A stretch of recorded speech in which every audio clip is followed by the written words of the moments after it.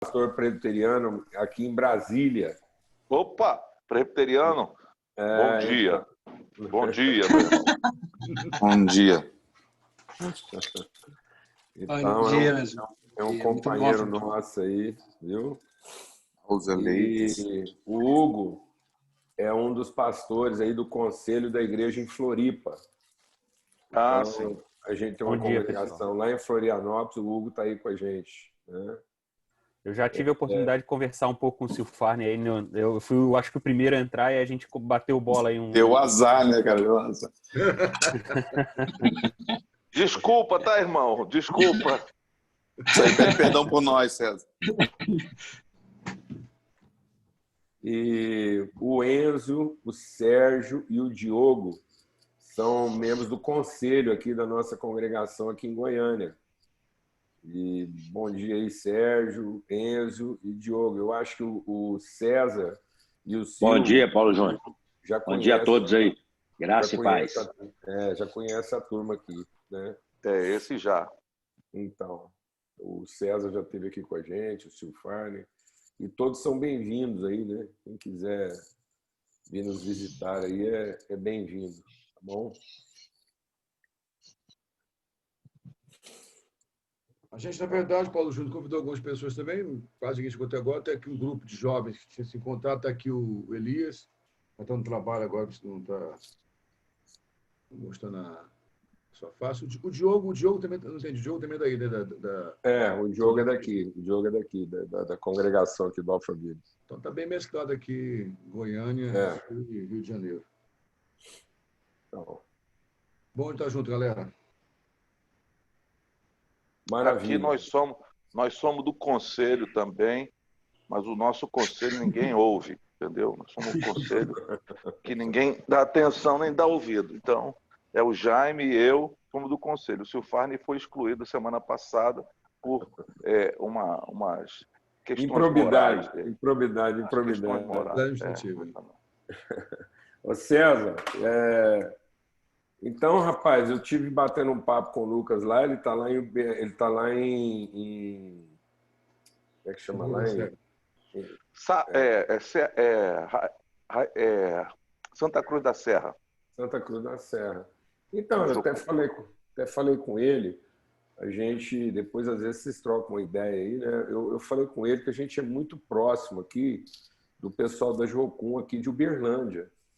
Então, já que ele vai passar esse período, fazer escola lá, eu tenho muita afinidade. Bom, a gente sempre transitou muito aí com o pessoal da Jocum, mas aqui em Uberlândia a gente tem uma relação bem próxima, temos nos encontrado algumas vezes, então eu até falei para ele, quem sabe ele não chegava mais perto aqui, porque estando na Jocum, lá de Uberlândia, ele estaria mais perto da gente também. Então eu estava querendo uma oportunidade aí de te encontrar para dar um toque nisso aí, tá bom? Vou falar com ele, sim. Vou falar com ele e com a Nube. Troca uma ideia nesse sentido. A base de Uberlândia eu conheço, lá é muito boa. O pessoal lá é muito, assim, muito legal. Assim, eu estou falando porque eu recomendo, conheço a base lá e a liderança lá, o pessoal, assim, muito, muito arrumado. Então, Sil, estamos aí. Mas pode botar um papo, vai ter que se encontrar. O pessoal do Sul, para entender melhor, essa galera aqui, o César, o Igor, o Jaime e também o Cláudio. O Cláudio, de vez em quando. O Cláudio já saiu até, né? Tá não, está aqui. Ele está só sem mais. Está aí, o Cláudio está aí. Por que ele botou uma imagem branca dele? Então, essa galera aqui, o pessoal do Sul e também o Enzo de Goiânia, é uma galera que caminha junto em relacionamento, né? Os pastores.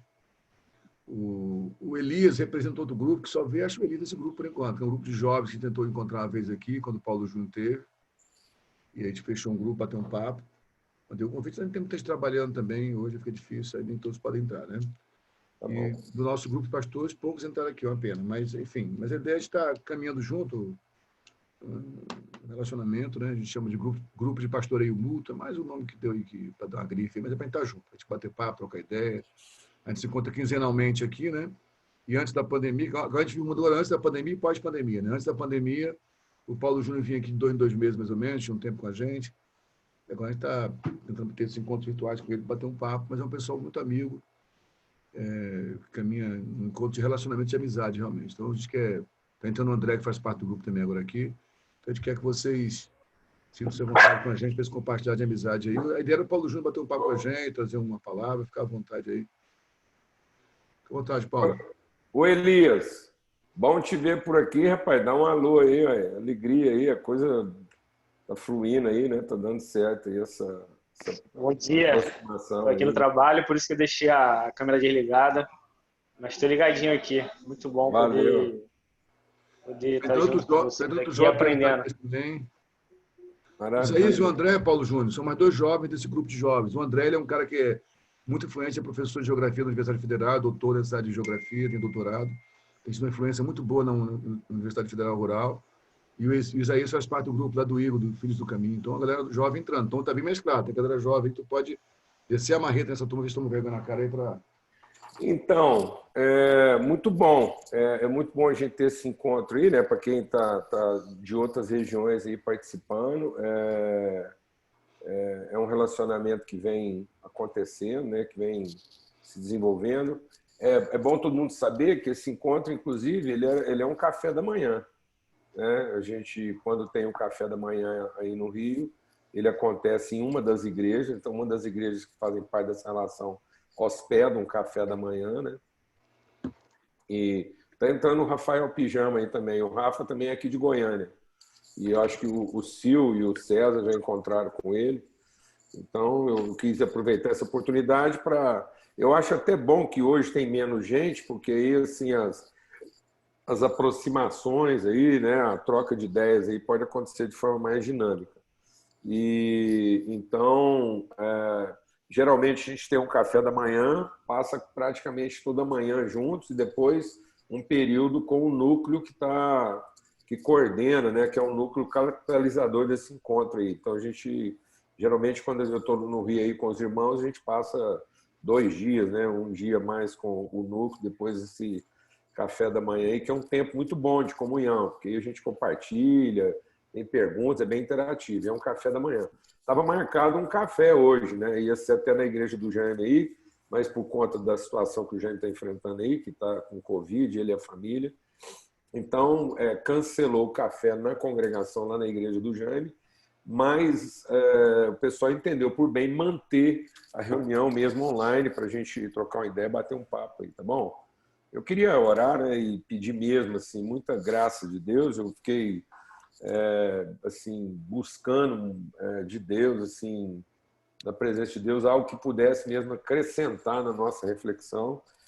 E é uma reflexão assim bem intimista mesmo, uma coisa assim que se aplica nas minhas meditações pessoais e que eu quero abrir com os irmãos. Eu quero compartilhar como homem, né?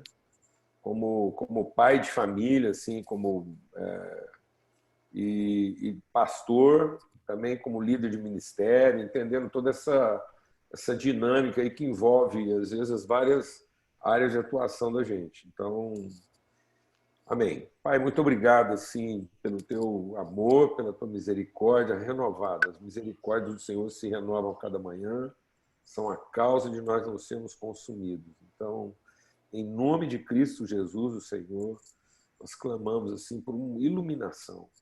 Nós queremos ter o nosso entendimento iluminado, transformado por aquilo que do Senhor se revela, Pai. No nome de Cristo Jesus. Amém. Então, eu queria quero meditar um pouco, né, no Evangelho de João, no capítulo 10, num texto que é bastante conhecido, que fala é uma parábola, né, que Jesus está contando aí, e uma parábola né, todas as parábolas de Jesus, elas têm esse efeito, essa intencionalidade pedagógica, né? Então, é quando ele vai falar do bom pastor, né? O pessoal intitulou, né, porque o próprio Jesus diz, eu sou o bom pastor, né? E aí, em João 10, verso 11, ele diz, o bom pastor. E aí ele define o que é ser um bom pastor. Ele diz que o bom pastor é dar a vida pelas ovelhas. Então, isso é o bom pastor. Ele está definindo isso como uma identidade. Então, ele não fala de uma atividade. Então, Jesus não está falando do que é um pastoreio. Jesus não está preocupado em... Eu acho que a gente tem sofrido muito, né? Nessa questão assim de tudo que a gente vai conversar, a gente leva para as metodologias, para as estratégias, para as formas, para os treinamentos, né? E Jesus ele está sempre tratando a questão da identidade, né? Do caráter. E aí, de novo, essa palavra caráter, né? Foi virando também uma coisa meio assim de treinamento, né? Eu venho de um movimento que falava muito do caráter, aí tem que fazer escola, e aí tudo é um treinamento, né? E, na verdade, o caráter são as características da identidade. Então, essas coisas a gente não treina, né? A gente exercita. Então, a gente tem que identificar quais são as características de um pastor. Você não treina pastores, né? Você forma no sentido de desenvolver as características próprias do que é, né? Então, e ele está dizendo, olha, eu sou. Então, eu sou. Então, essa coisa é muito de Deus mesmo. Eu sou aquele que sou. O eu sou. Quando você fala quem te enviou, de onde vem a autoridade? A autoridade de Deus vem do ser. Não é o que ele faz, não é a sua competência, não. Jesus não está dizendo assim as características, né?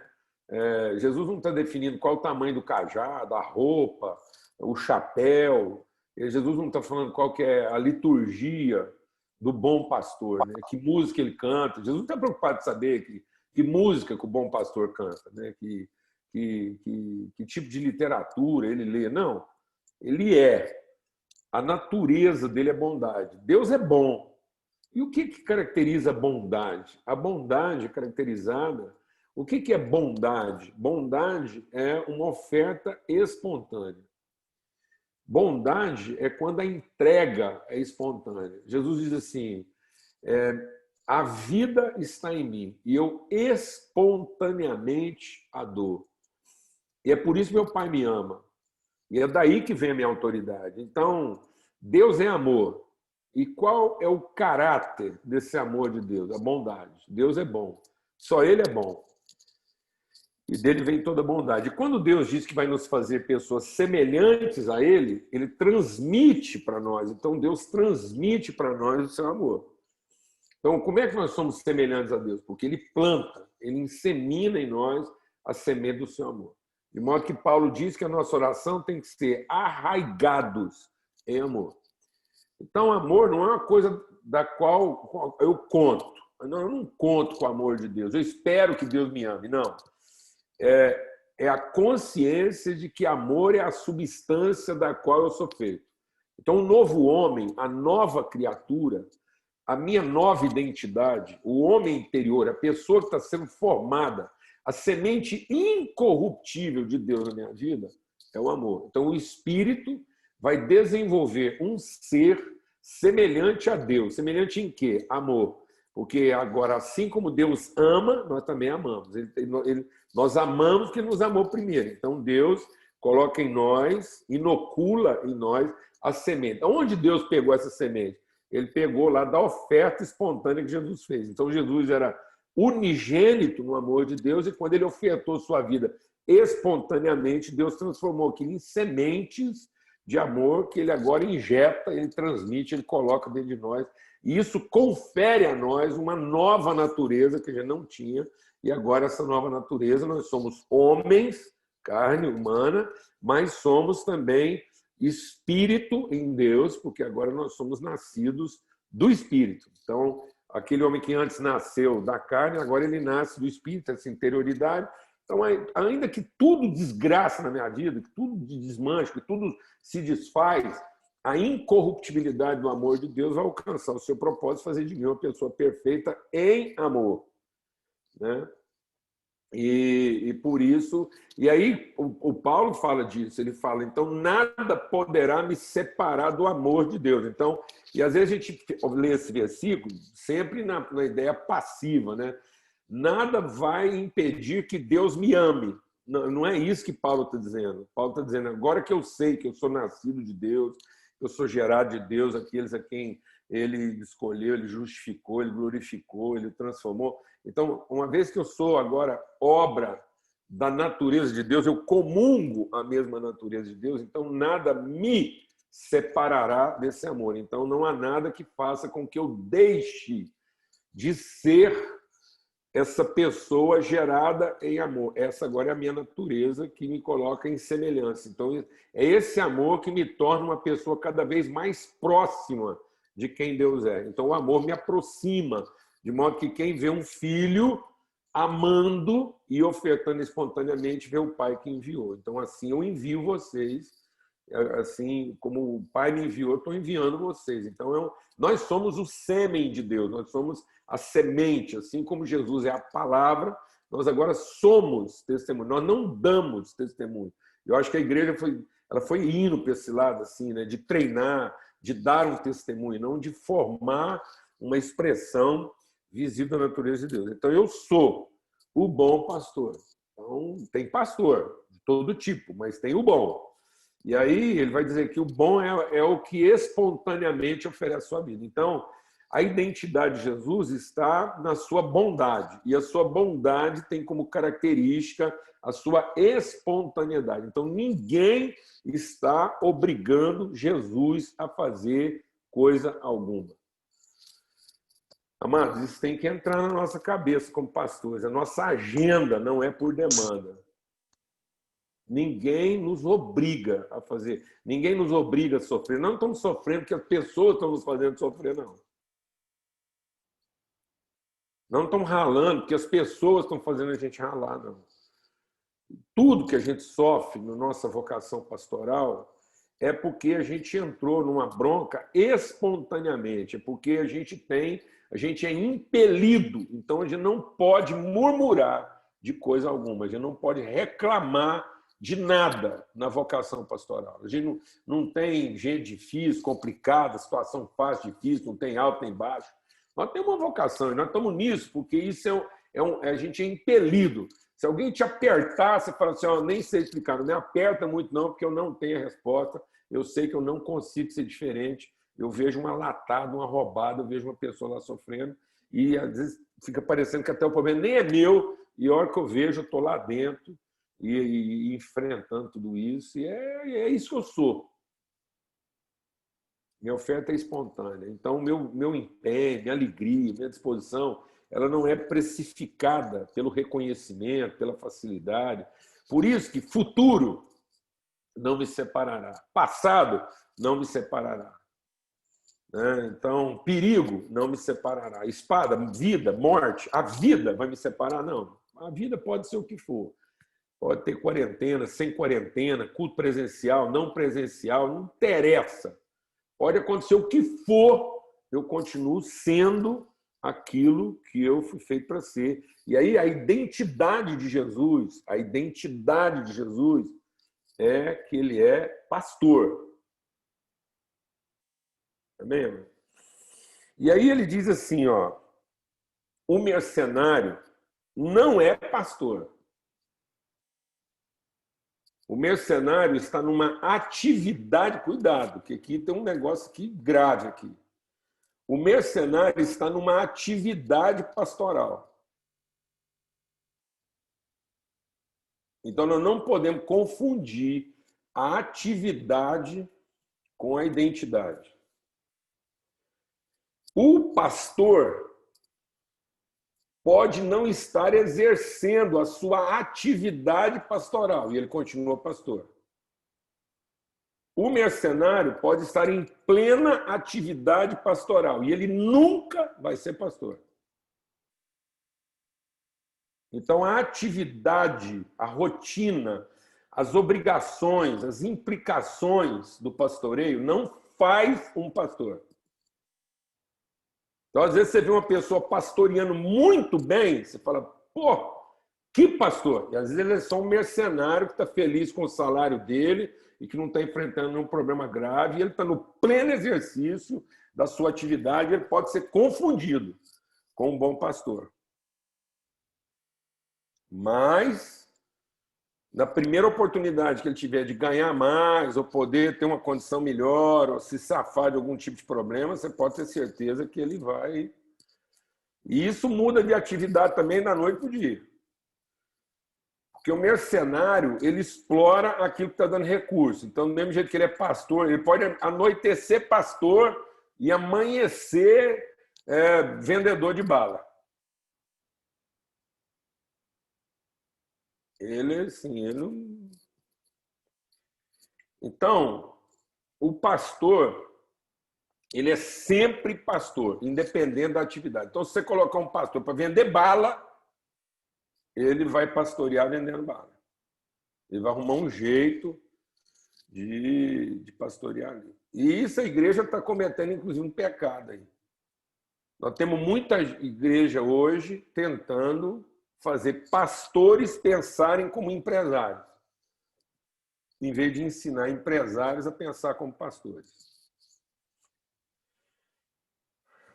Então, nós temos que... E isso está grave. Está grave. Então, o grande segredo da vida, o melhor lugar que uma pessoa pode chegar é a semelhança de Cristo. É Cristo em nós. E quando Cristo é formado em nós, nós temos mente de Cristo. E a mente de Cristo não é mente de ovelha, não é mente de lobo, nem é mente de mercenário, é mente de pastor. Então, a pessoa sabe que ela alcançou a plena maturidade, ela alcançou a estatura de varão perfeito quando ela tem a mente de Cristo. E a mente de Cristo é a mente de um bom pastor, e o bom pastor dá a vida pelas suas ovelhas. Isso é a plenitude. E aí, vamos continuar. E aí ele diz assim, o mercenário, ele está lá, mas quando ele vê o lobo, ele foge, abandona as ovelhas, e o lobo vem, as arrebata e dispersa. O mercenário foge por quê? Porque, apesar dele estar numa atividade pastoral, ele é mercenário.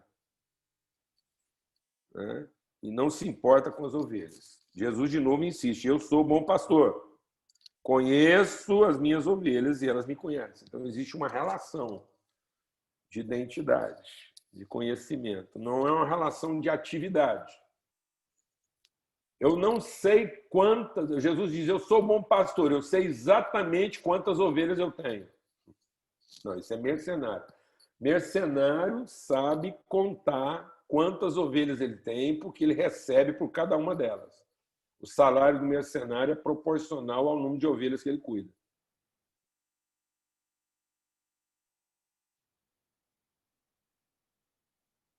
Entendeu?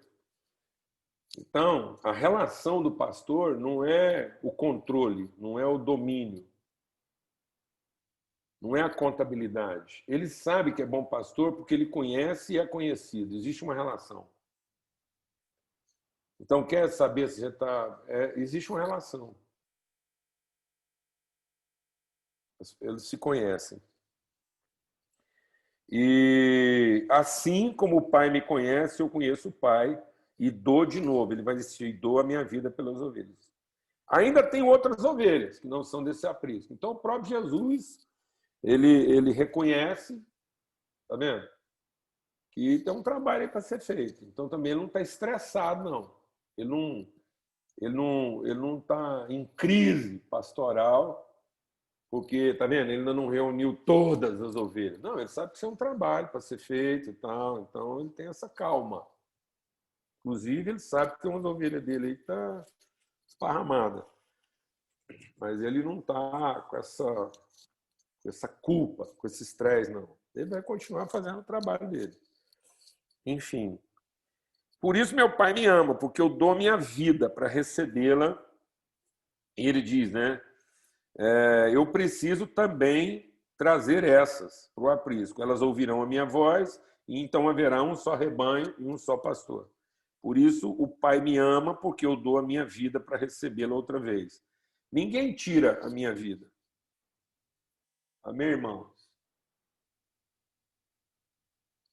Ninguém está te matando, não. Não tem ninguém te matando. Ninguém tornando a sua vida difícil, não. É porque vida de pastor é difícil. Então não tem ninguém te matando, não. Porque vida de pastor é morrer pelas ovelhas. Então pronto. Então está dentro do pacote. Está dentro do pacote. E eu aqui espontaneamente a dou. Tem autoridade para entregá-la e tem também autoridade para reavê-la. Esse mandamento eu recebi do meu pai. Bom, então esse cenário aqui que Jesus desenha, ele é interessante, porque ele tem 4 personagens. Né? Ele tem a ovelha, ele tem o lobo, ele tem o mercenário, ele tem o pastor. E eu quero... A gente já conversou um pouco sobre isso com alguns irmãos aqui, mas hoje eu quero aprofundar um pouco mais essa reflexão. Porque dentro desse cenário a gente vai percebendo algumas coisas que são extremamente interessantes. Dentro desse cenário, das 4 personagens que existem, só uma é caracterizada pela atividade, que é o mercenário. Então a gente já começa a entender uma coisa aí, que só o mercenário é caracterizado pela atividade. E nós temos um problema grave aqui nesse país, que está arraigado na nossa cultura. Não sei quantos sabem, mas existe uma coisa grave na formação da nossa cultura. Nós somos o único povo do planeta identificado pela atividade. Então, isso é um estigma. Não tem ninguém no planeta que é chamado de uma atividade. Existe um franciscano lá, o Frei, não sei o que lá de... É um Frei lá.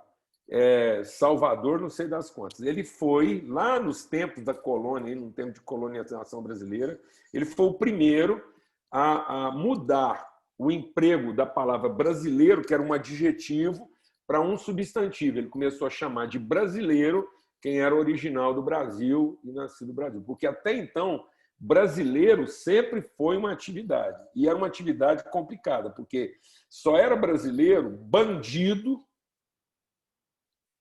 que era expurgado para cá para trabalhar na extração de pau-brasil, então ele pagava pena. Então, ser brasileiro era uma pena social, que alguns marginais, bandidos, eram condenados a vir para cá e trabalhar extraindo pau-brasil. Então, por que ele era brasileiro? Porque ele era extrativista de pau-brasil. Ou ele estava pagando pena social, ou ele era um aventureiro, um garimpeiro. Então, o Brasil era caracterizado.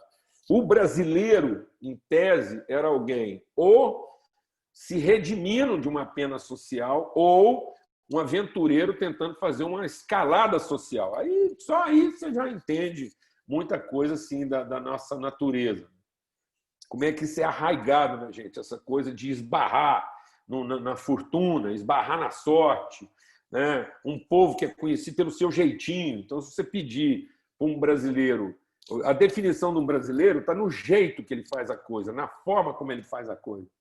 Então, um brasileiro vai ter muita dificuldade de identificar quais são as características de ser brasileiro. O que são os valores? Quais são os valores que identificam a nossa nação? É a cultura? É a arte? Não, aí é o jeito, é a ginga, né? É a malemolência. Então, assim, isso é uma coisa difícil de tirar da gente, porque vai criando uma relação meio escravagista, assim, de causa e efeito, difícil de romper. Então, presta atenção, dos 4 personagens, o único identificado pela atividade é o mercenário. Porque o mercenário não é uma coisa em si, ele não é um lavador de carro, ele não é um vendedor de bala, ele não é um cuidador de ovelhas. Ele é o que dá para ser naquela hora, dependendo da remuneração. Então, isso é grave, porque está arraigado lá dentro da vida da nossa congregação. Por isso contamina a ideia de salvação. Porque o que é o conceito de salvação para o mercenário? É se safar. É se safar. Então, existe um conceito de safadeza enfiado na nossa teologia de salvação. Que se salvar é se safar. se safar do inferno, se safar do capeta, se safar das enfermidades, se safar da pobreza. Então, muita gente está entendendo que Jesus veio para nos safar, para nos poupar de muita coisa e não para a gente assumir a responsabilidade da nossa identidade. Aí depois vem os outros 3 personagens, que é a ovelha, o lobo e o pastor. Os 4 personagens, as 4 personagens, o que elas têm em comum? Ovelha. Então, se você perguntar o que a ovelha pensa, ovelha. O que o lobo pensa? Em ovelha. O que o mercenário pensa? Em ovelha. O que o pastor pensa? Em ovelha. A ovelha é o ponto comum das 4 personagens. Então, o lobo está arrumando um jeito de comer a ovelha, o pastor está arrumando formas de cuidar da ovelha, o mercenário está arrumando formas de se dar bem com as ovelhas, e as ovelhas estão arrumando formas de fazer outras ovelhas. Por que isso? Porque a ovelha é o elemento que caracteriza a terra na sua condição natural. A criação, ela é caracterizada pelo cultivar e guardar. Então, a ovelha é comum porque ela é aquilo que acontece, né, de forma natural no processo da criação, assim como também o lobo. Então, existe, desde a queda, o lobo passou a comer ovelha. Então, antigamente, antes do pecado, o lobo pastava junto com a ovelha, os dois comiam capim. Mas aí depois o lobo olhou para a ovelha e falou: opa, isso aqui dá uma janta melhor do que o capim. Então, aí isso mexeu na natureza do lobo. Mas agora o lobo espontaneamente nasce lobo e a ovelha espontaneamente nasce ovelha. Mas antes da queda, a ovelha caracterizava essa coisa espontânea, natural e pura. Então, a ovelha caracteriza, né, a criação na sua pureza. Certo? Então, ela é o elemento terreno, é o que faz a terra encontrar o seu sentido como elemento criado e puro, incontaminado. O lobo já representa o terreno pervertido, mas é terreno.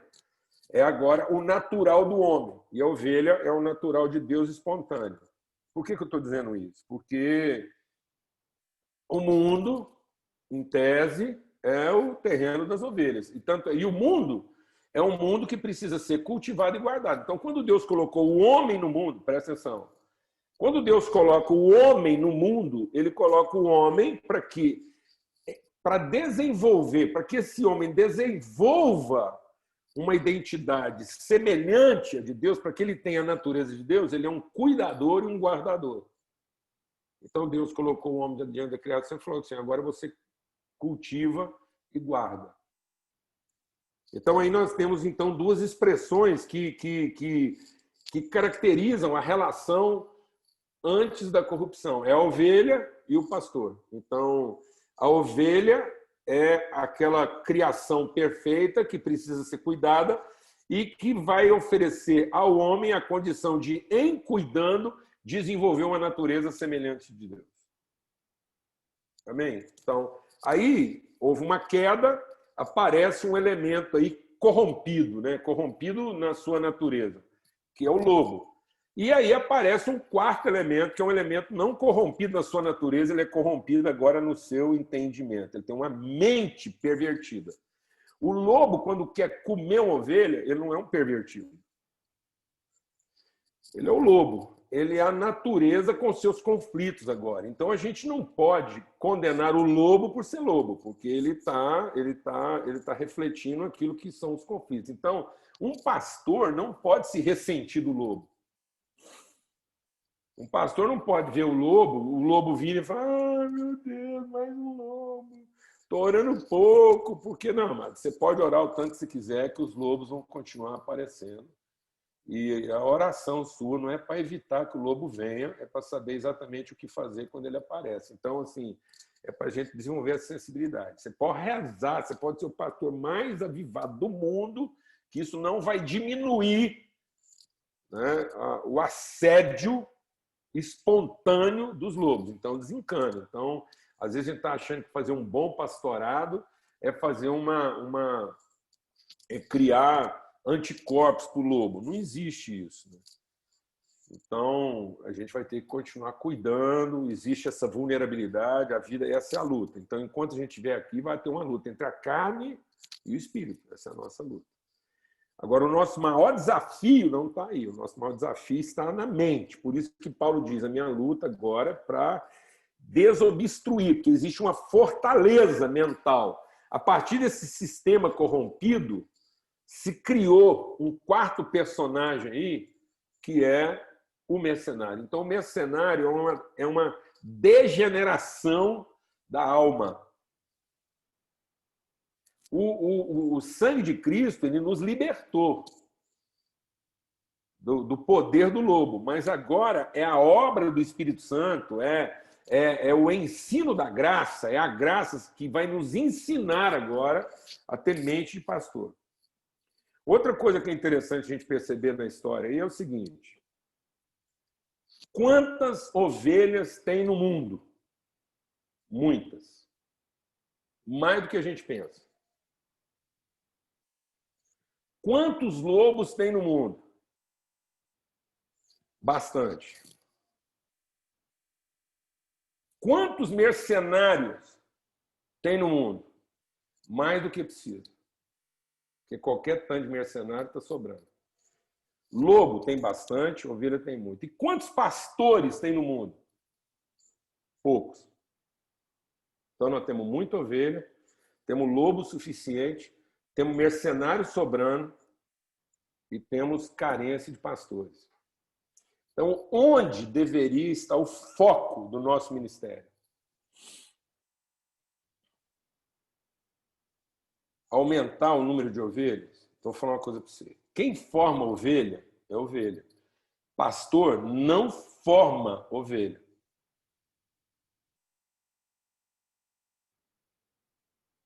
Não existe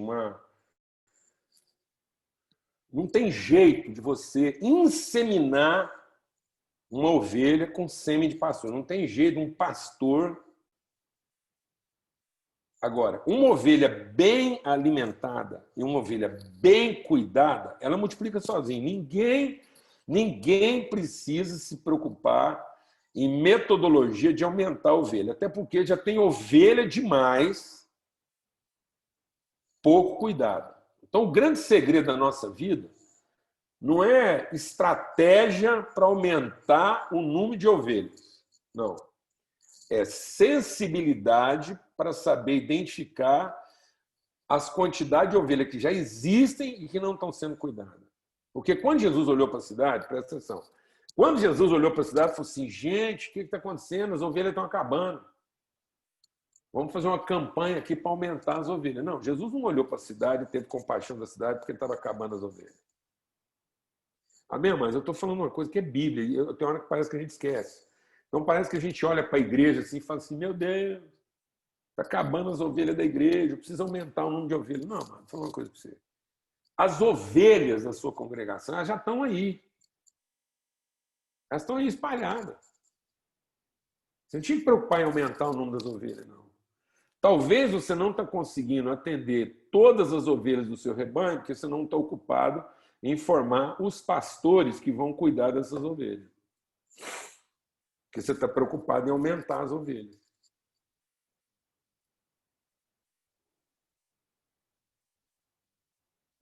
Então, o nosso desafio, a crise social, não é porque tem ovelha demais, lobo demais, mercenário demais. A crise desse país está em que tem pastores de menos. Então, ovelha forma ovelha, lobo forma lobo, mercenário forma mercenário e pastor forma pastor. Então, por que tem pastor de menos? Porque os poucos pastores que tem ainda estão preocupados em aumentar as ovelhas, estão preocupados em acabar com os lobos ou estão formando mercenário. Porque às vezes ele acha que ele está formando um pastor e ele não está formando um pastor. Ele está arrendando um zelador para cuidar das ovelhas que ele não cuida. Então ele tem lá um mercenário. Presta atenção, eu vou te falar. Então tem muito pastor que já deixou de ser um bom pastor porque arrendou um mercenário para tomar conta das ovelhas para ele. Então, por que tem um mercenário cuidando das ovelhas? Porque às vezes a gente vai aí lamentar os mercenários. Não tem que lamentar os mercenários, não, mano. Por que tem um mercenário cuidando das ovelhas? É porque faltava um pastor lá e tiveram que arrendar um mercenário para ele fazer o trabalho de um pastor. Então, muitas vezes, nós deixamos de formar pastores e a gente começa a arrendar mercenário para cuidar das ovelhas que a gente ajuntou para ter muita ovelha. Então, às vezes, a gente, na ânsia de ter muitas ovelhas, e não de formar pastores para cuidar das ovelhas que já existem, a gente fica preocupado em aumentar as ovelhas, depois de não dar conta de cuidar das ovelhas, a gente tem que arrendar um mercenário, e como os lobos estão lá fazendo o trabalho deles e vai aparecer um lobo a qualquer momento, aí a crise se apresenta porque nós temos um cenário onde temos ovelhas cuidadas por mercenários. Então, onde é que nós temos que atuar, amados? Onde é que nós podemos corrigir esse problema? Formando pastores para que as ovelhas não tenham que ser cuidadas com mercenário, e o mercenário vai arrumar outro serviço. Porque mercenários vão arrumar um serviço para fazer mesmo. Se não der certo, se não tiver mais emprego para cuidar de ovelhas, vão arrumar emprego de outra coisa. Então, qual é a única forma da gente desempregar o mercenário?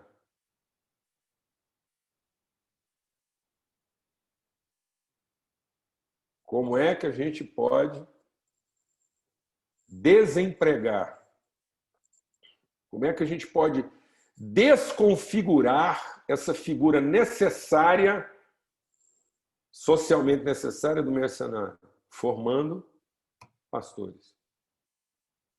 Mas o nosso problema é que a gente está arrendando serviçais. Eu conheço muito pastor que forma uma equipe para trabalhar para ele poder ter a quantidade de ovelhas que ele quer ter. E aí não é uma relação de conhecimento, porque a vida não está sendo dada espontaneamente. Eu acho que os irmãos estão me entendendo. Eu queria dar essa palavra especialmente para os jovens. Quando Jesus, agora eu quero concluir, quando Jesus mandou os seus discípulos e disse, vão e façam discípulos, transmitindo para eles o que eu ensinei para vocês, Jesus não ensinou seus discípulos a ter muitas ovelhas. Então, formar discípulos não é aumentar as ovelhas. Formar discípulos é formar pastores, para que as ovelhas que já existem e continuam se multiplicando possam ser assistidas e cuidadas por pastores e não devoradas por lobos ou mercadejadas por mercenários. Então, o discípulo de Jesus não é outra ovelha. O discípulo de Jesus é alguém que, em sendo ovelha, foi alcançada e agora ele tem uma fortaleza destruída na mente dele e ele passa a ter mente de Cristo. O nosso problema é que você vai numa igreja aí que já tem 40 anos e ela continua sendo uma igreja de ovelhas, cuidada por 2 ou 3 pastores. Sendo que nesses 30 anos ela podia ser uma congregação inteira de quê? De pastores. E por que essa congregação, depois de 30 anos, continua pensando como ovelha? É porque ela não foi discipulada, ela não foi ensinada. Ela foi liberta como ovelha, mas ela não foi ensinada como pastor. Porque a obra da libertação da ovelha, Jesus já fez. No dia do juízo, não vai ter nenhuma ovelha condenada. Nós não tínhamos que estar preocupados com a salvação da ovelha. Nós tínhamos que estar preocupados em ensinando a graça a aumentar o número de quê? De pastores. E tem hora que nós estamos mais preocupados se vão perder as ovelhas ou não. E as pessoas estão achando que o ministério bem-sucedido ele é definido pelo número de ovelhas que você termina e não pelo número de pastores que você formou.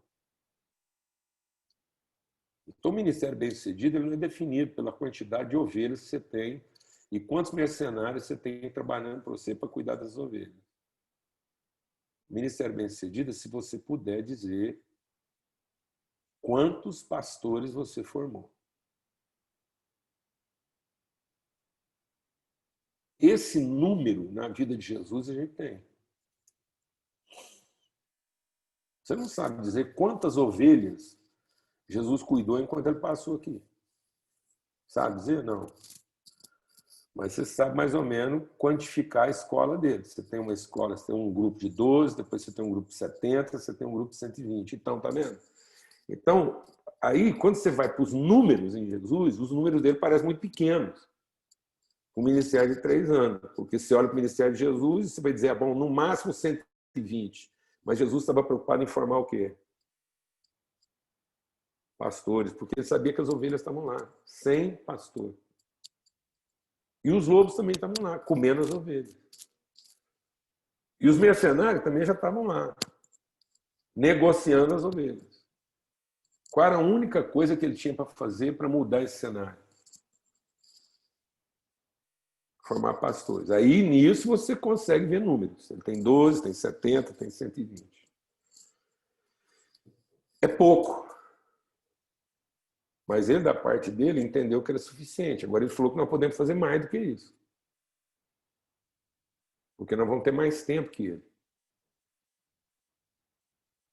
Então, eu queria terminar essa palavra aqui, essa reflexão, desafiando os irmãos a entenderem, dentro da nossa atividade pastoral, nós estamos preocupados em aumentar as ovelhas ou, em cuidando das ovelhas, formar pastores.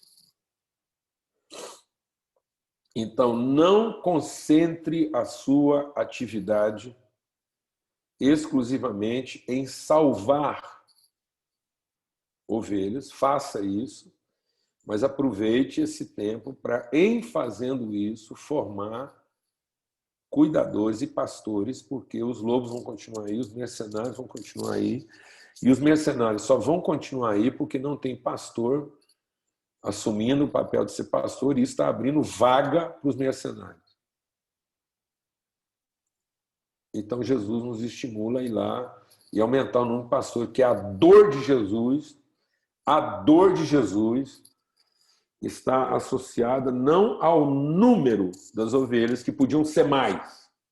A dor de Jesus está associada ao número de pastores, que podiam ser mais. Então, a dor que Jesus tem pelas ovelhas não é a dor de quem quer ter muitas ovelhas. Isso é um mercenário. A dor de Jesus é a dor de um pastor que quer ter as ovelhas bem cuidadas. Então, qual é a dor que nós estamos sentindo? É a dor de ter pouca ovelha e por isso nós estamos montando equipes para cuidar das ovelhas por nós? Ou nós temos a dor de pastor porque a gente continua vendo ovelhas sem assistência, então nós vamos nos ocupar de formar pastores. Amém? Então fica essa palavra aí, e agora a gente quiser abrir para uma conversa, para uma reflexão aí. Mas isso é uma coisa que tem me angustiado, porque eu percebo muita ênfase na questão do aumento do número de ovelhas. Vejo uma ênfase estereotipada, né, no aumento dos mercenários, como se pastorado fosse uma atividade quase comercial. Estou vendo muito pastor, eu estou falando uma coisa para vocês. Cada dia mais eu estou encontrando pastores com crise de mercenário, não com crise de pastor. Porque ninguém nesse planeta pode impedir um pastor de continuar sendo pastor. Mas muita coisa nesse planeta pode obrigar um pastor a ter que mudar de atividade, porque, na verdade, ele era um mercenário. E aí ele acha que alguém pode impedir ele de ser pastor e ele vai ter que arrumar outra freguesia. Então, muitos pastores hoje estão com crise de mercenário e não com crise de pastor. Amém? Crise de pastor mata, mas não corrompe. Crise de mercenário corrompe porque não mata.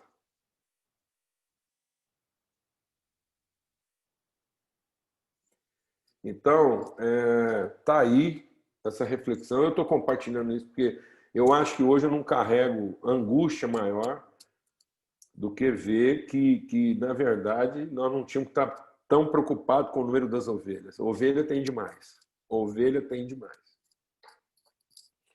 Lobo tem o suficiente. Mercenário está passando. Pastor está faltando. Então, eu queria convidar os irmãos a refletir sobre isso. Alguém perguntou aqui, né? Eu até vou abrir no bate-papo aqui. Quando uma ovelha não gera mais ovelha, o que se deve fazer? É o seguinte, porque ela tem algum tipo de patologia. Então, a ovelha ela parou porque ela está comendo mal ou dormindo mal. Então, assim, uma ovelha que está alimentando bem e comendo bem é igual criança. Então, às vezes, ela não está sendo bem alimentada, está faltando os nutrientes necessários para ela poder reproduzir. Ela está comendo um pasto ruim, está comendo comida enlatada. Tem um punhado de ovelha hoje aí comendo comida enlatada, vai me desculpar, mas ele está comendo comida processada. O cara vai lá na prateleira, pega um punhado de coisa, ele não conhece a ovelha, ele não sabe. Ele entrega para a ovelha o que ele gosta. Então tem muita ovelha comendo comida de pastor. Lascou. E aí, amado, eu aprendi uma coisa muito séria no meu ministério. O evangelho não é para transformar cabrito em ovelha. O evangelho é para que as ovelhas parem de pensar que é cabrito. E aí, uma ovelha, para parar de pensar que é cabrito, ela tem que comer comida de ovelha. Ovelha não come comida de pastor, tampouco come comida de cabrito. Cabrito come qualquer coisa. Se você der comida de pastor para cabrito, ele come. Se você der a comida do mercenário para o cabrito, ele come. Se você der a comida do cabrito, ele come. Se você der a comida da ovelha, ele come. Então, cabrito come qualquer coisa. Cabrito frequenta lugar onde tem comida, não interessa qual.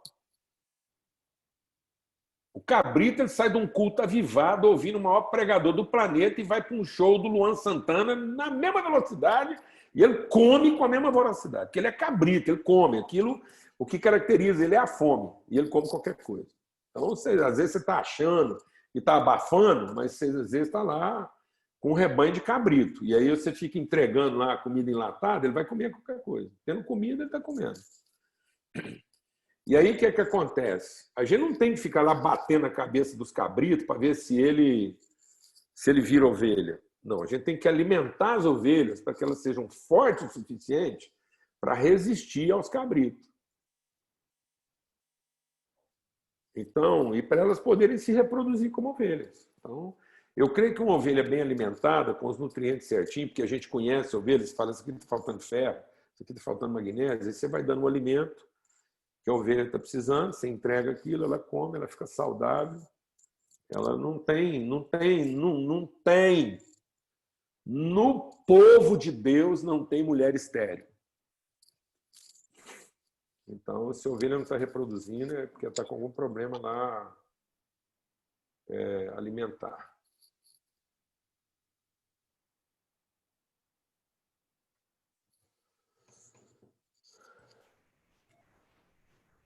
Amém? Alguém quer comentar alguma coisa aí? Repartir alguma coisa? Essa questão que você está colocando, a questão da formação de pastores, né? Até lembrando quando... Você citou aí quando Jesus falou que viu a multidão e viu como ovelhas se não tem pastor, né? Ele falou, orem ao Senhor da Seara que mande mais ceifeiros. A preocupação sempre foi de Jesus de... Agora, a questão toda, que eu acho que tem a crise de muitos pastores, você sabe que a gente tem conversado muito sobre isso, eu converso com uns colegas nossos aqui, pastores e amigos nossos, é isso aí mesmo. O pessoal passa muito tempo multiplicando, crescendo.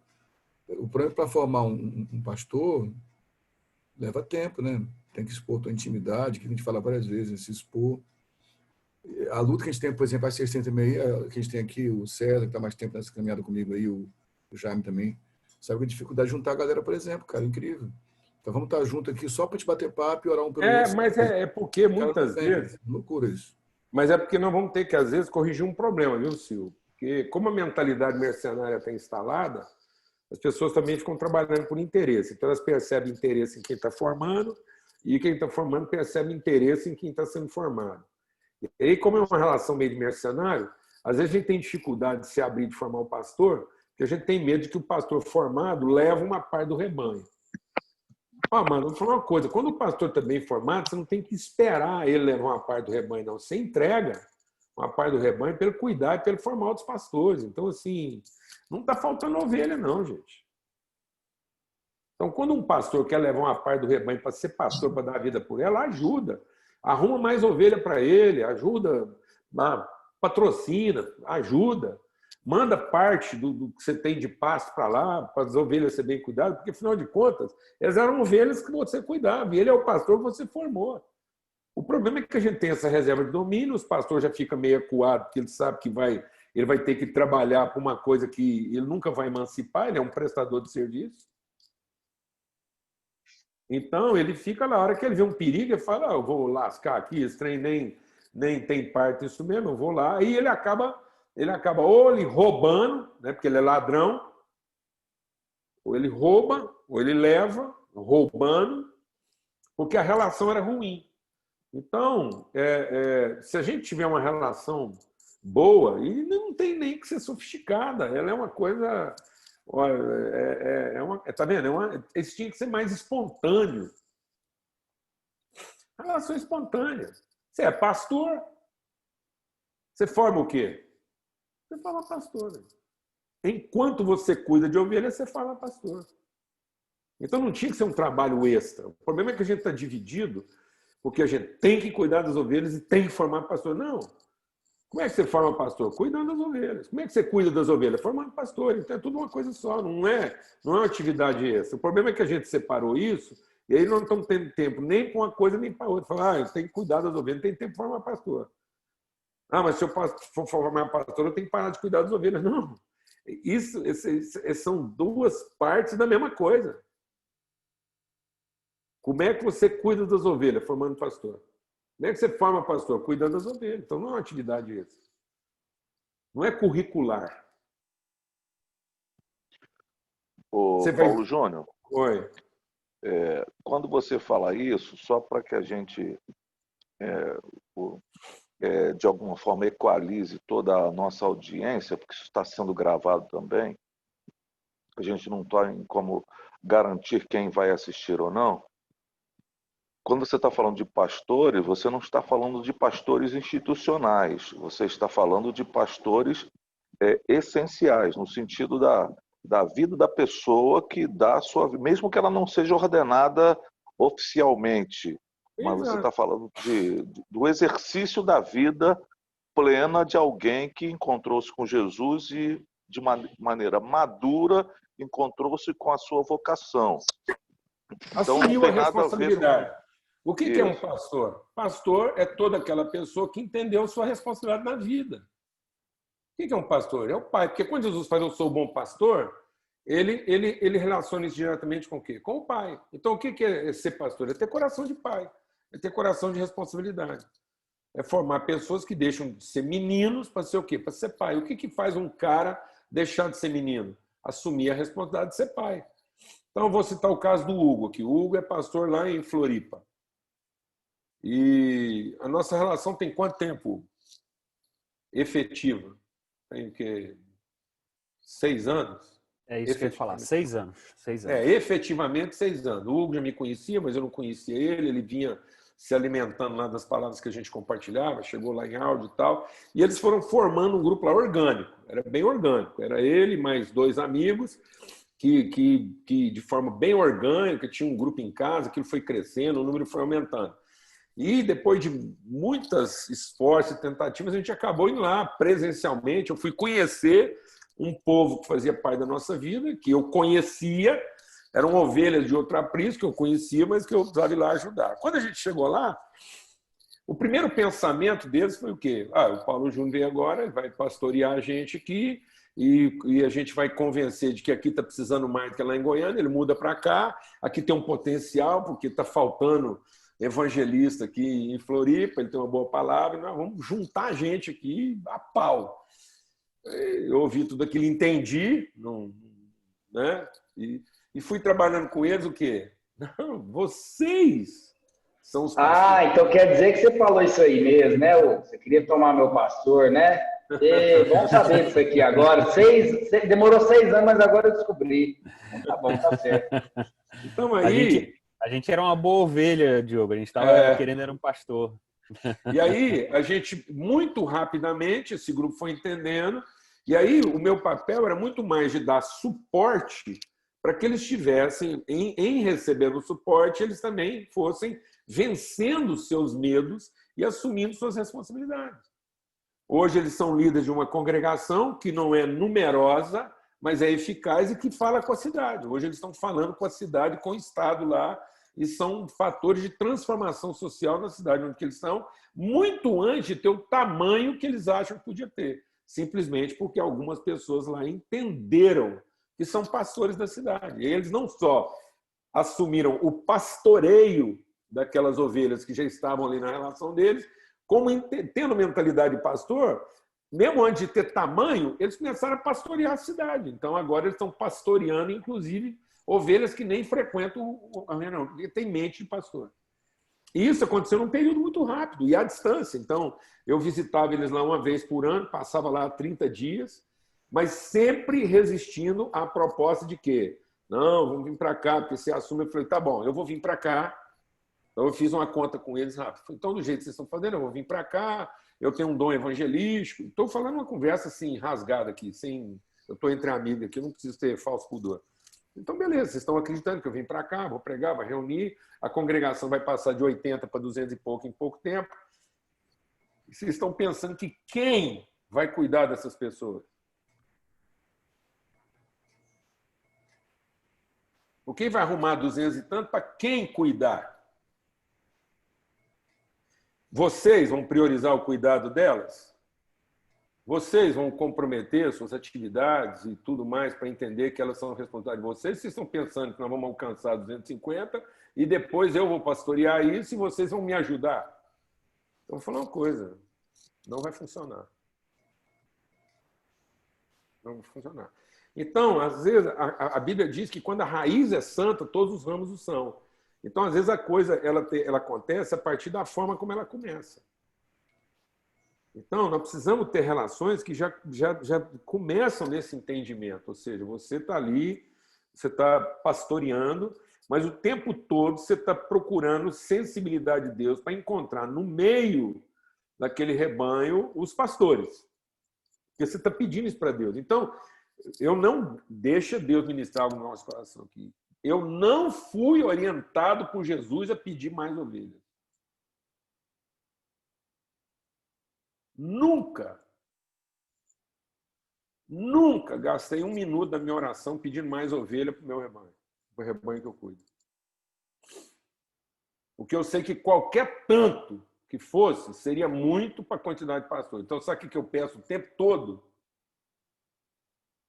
Me ajude a identificar, porque se eu já tenho coração de pastor, eu encontro ovelhas com a maior facilidade.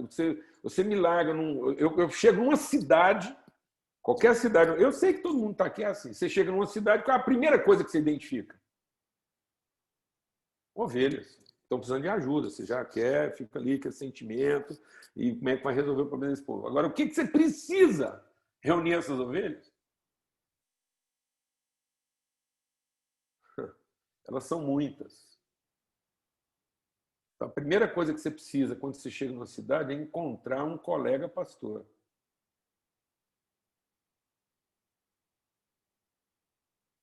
Foi isso que Jesus orientou, gente. E às vezes nós não estamos fazendo isso.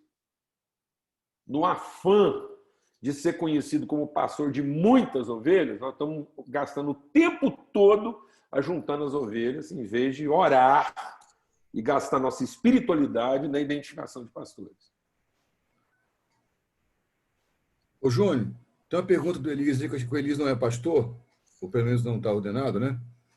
E ele fez uma pergunta aqui de um jovem que é interessante, só para você pensar, não sei se você viu. Ele perguntou assim: e quando existe o desejo dessa relação na ovelha? Ou seja, a ovelha deseja se aproximar, ela deve procurar o pastor e buscar essa relação? É uma pergunta do contrário. Com certeza, com certeza.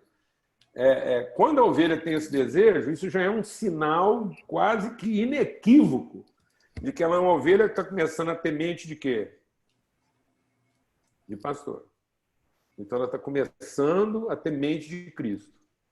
Então, ela deve procurar isso. E ela deve também procurar ovelhas de quem cuidar. Então, ela vai procurar a ajuda de um pastor, mas ela também vai procurar assumir responsabilidade com outras ovelhas.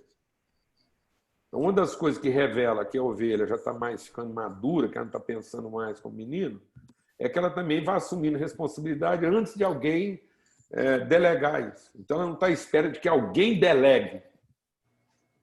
Não, ela já espontaneamente começa a assumir responsabilidade porque ela não é mercenária.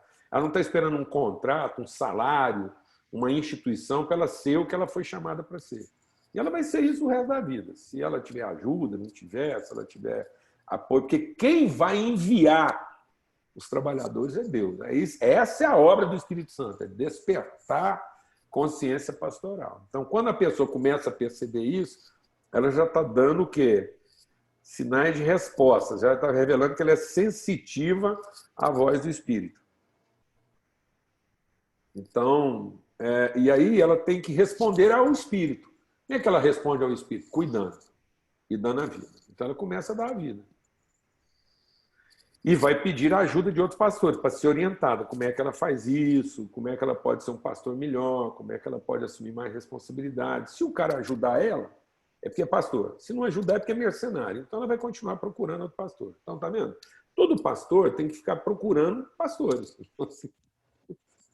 Porque é de pastor que nós estamos precisando. Então, essa é a carência. Então, eu comecei a sentir... o cara...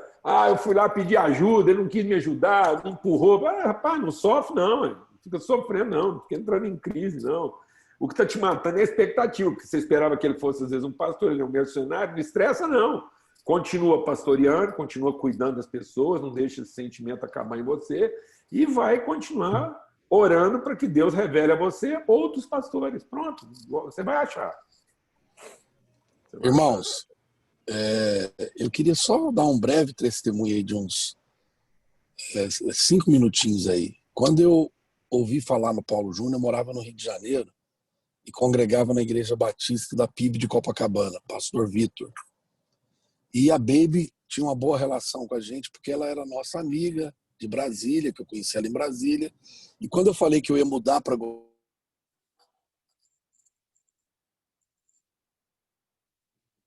Ô Enzo, você vai ter que parar aí, porque senão o seu sinal vai ficar cortando. Tá ouvindo? Tá dando para ouvir? Tá ouvindo, mas se você tirar seu vídeo, ajuda. O vídeo, né? Tira o vídeo por enquanto, a gente ouve a sua voz. Tá dando para ouvir? Perfeito. Tá. A Baby falou, Enzo, você vai para Goiânia, você vai conhecer um dos pastores mais espirituais da face da terra. Eu peguei e ri, brinquei.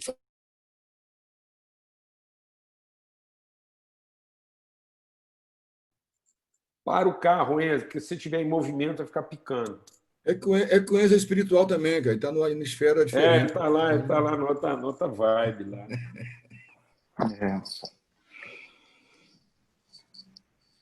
Enquanto o Enzo entra aí, ô Júnior, vamos bater esse papo aqui, tocar a bola aqui. Vamos. Deixa eu então dar o meu testemunho agora. César, só um toque rapidinho, só para deixar no ar aí. Depois você veio ter uma página do Anderson, viu, o Júnior? Aí, o Enzo voltou aí, ó. Tá. O Enzo voltou. O Enzo, estaciona o carro, fica paradinho, porque se ele estiver em movimento, ele vai cortar. Então, você dá o seu testemunho, acha um lugar aí para você encostar, dá o seu testemunho e depois você depois do Enzo do César, vai falar o Anderson aí, que é de Recife, que é para ele falar com a gente também, tá, ô Júnior? Tá bom. Tá bom, tô parando o carro aqui, só um segundinho. Tô parando o carro aqui. Aí já vou liberar aqui e parar o carro. Quando eu cheguei em Goiânia, o Paulo Júnior estava numa movimentação para ir embora para o Reino Unido para fazer lá um trabalho lá de 8 meses. E eu tinha acabado de conhecer o Paulo Júnior e ele me comissionou a cuidar, junto com os irmãos ali do Alfa Mall, em montar uma estrutura e trabalhar como pastor, sem eu ser pastor. Eu falei, esse cara é doido, o cara não me conhece, nunca me viu, acabou de me conhecer e já me põe numa latada dessa aqui de responsabilidade. Então eu estou querendo dizer com isso que essa coragem que o Paulo Júnior tem de estimular as ovelhas virarem pastor, isso é um chamado que ele tem e é para poucos, Paulo Júnior. Todo mundo precisa entender esse mistério. E hoje, há 10 anos andando com o Paulo Júnior, eu me considero um pastor sem ter sido ordenado, sem ter um trabalho efetivo 24 horas por conta só da igreja, porque eu trabalho como pecuarista, como corretor de seguros, como corretor de etanol, mas o meu trabalho é principalmente cuidar de ovelhas e formar pastores. Eu entendo o privilégio que é formar pastores. Era só isso que eu queria falar, Paulo Júnior. Eu respeito muito aí a sua visão e complementando o que o César falou, não é porque eu estou à frente de uma instituição que eu posso ser pastor. O pastor é quando eu entendo que eu posso ser pai de muitos e formar discípulos. E o Amém? Paulo, Enzo, quando você fala que isso é para poucos, é porque isso envolve uma decisão. Porque o Paulo diz o seguinte, que a igreja tem muitos mestres e poucos pais. O pai, vou falar para você quem que é o pai. O pai é aquele que dá uma faca de presente para o filho quando ele faz 12 anos. E todo mundo acha que ele é um irresponsável, porque com aquela faca ele pode se cortar, ele pode cortar alguém, mas o pai vai lá e dá uma faca. A mãe dá um Lego. O mestre dá uma apostila. Então, a gente está presenteando, né? Às vezes como mães. O cara fez 12 anos, em vez de você dar uma faca para ele, que é uma coisa altamente arriscada, se assumir um risco consciente, ele aprender a ter responsabilidade, a gente prefere poupá-lo da responsabilidade e dar um Lego, um quebra-cabeça para ele continuar se distraindo e não sair de casa. Ou dá para ele uma apostila, para ele estudar, e para ele ir lá, entreter, lendo alguma coisa e melhorar o conhecimento. Então, o mundo hoje é um mundo de mulheres viúvas e filhos órfãos. E uma igreja de mestres e poucos pais. Então, qual é a figura que o mundo está faltando, mano? É pai. Porque está faltando pastor. E aí, para formar pastor, você tem que assumir o risco de pegar uma pessoa e entregar para ela uma coisa que pode significar a transformação da vida dela, mas também pode acabar com ela assim, pode causar um dano. Então, nós temos que assumir esse risco. É exatamente essa falta de ousadia no risco que está faltando para que a gente forme pastores. Que aí, o que é a característica principal do pastor? A ousadia. O enfrentamento. É o enfrentamento. Então, assim, o lobo não é ousado, o lobo é esperto. É sagaz. E o mercenário, ele é conveniente. Quem é ousado? O ousado é o pastor. Por isso a gente recebeu o espírito de quê? De ousadia. Por que não estão formando pastor? Primeiro porque leva tempo demais. A gente só forma um pastor depois de ter certeza que ele não vai dar o cano. E aí, a hora que você tem certeza, ele dá o cano. Porque você formou um cara pensando nele dar o cano, então pronto, você está formando um cara que aprendeu a como dar o cano. Então, pelo amor de Deus. Então, está faltando essa relação de confiança, de ousadia, em que você entrega a responsabilidade antes do cara estar pronto. Você fala assim, porque se você achar que o cara está pronto, você não formou um pastor, você formou o quê? Um mercenário. Você diplomou um mercenário. Então é por isso que está demorado demais, por isso que leva tempo demais, porque a gente não quer emancipar, a gente não quer assumir o risco, não quer trabalhar em cima de uma confiança, a gente quer trabalhar em cima de uma certeza. Então, rapaz, não existe um formador de líder, mas se o Enzo falou assim que eu parecia que eu era um irresponsável, que eu entreguei para quem... Fala uma coisa, não existe ninguém mais irresponsável nesse sentido, assim, louco no planeta do que Jesus. Entregar a igreja para a turma que ele entregou. E não é porque ele não conhecia os caras, não é porque ele conhecia os caras, aí que ele não podia ter entregado mesmo. Entendeu? Então, assim, E aí, rapaz, Jesus conseguiu fazer uns caras para cuidar do mundo em 3 anos. Nós levamos 15 e não forma. A gente pega um cara de 12 anos de idade, ele já está com 30 e não está pronto. A gente ainda está esperando, sei lá o quê. Então, nós não estamos formando pastores, nós não estamos formando pais. Por isso que nós não temos pai hoje que quer ser pai com 22 anos de idade. Em tese, a gente tinha que pegar um cara de 15 e com 18 ele está pronto para ser pai. Agora, isso não existe. E por que não existe? Porque nós fomos colocando outras condições.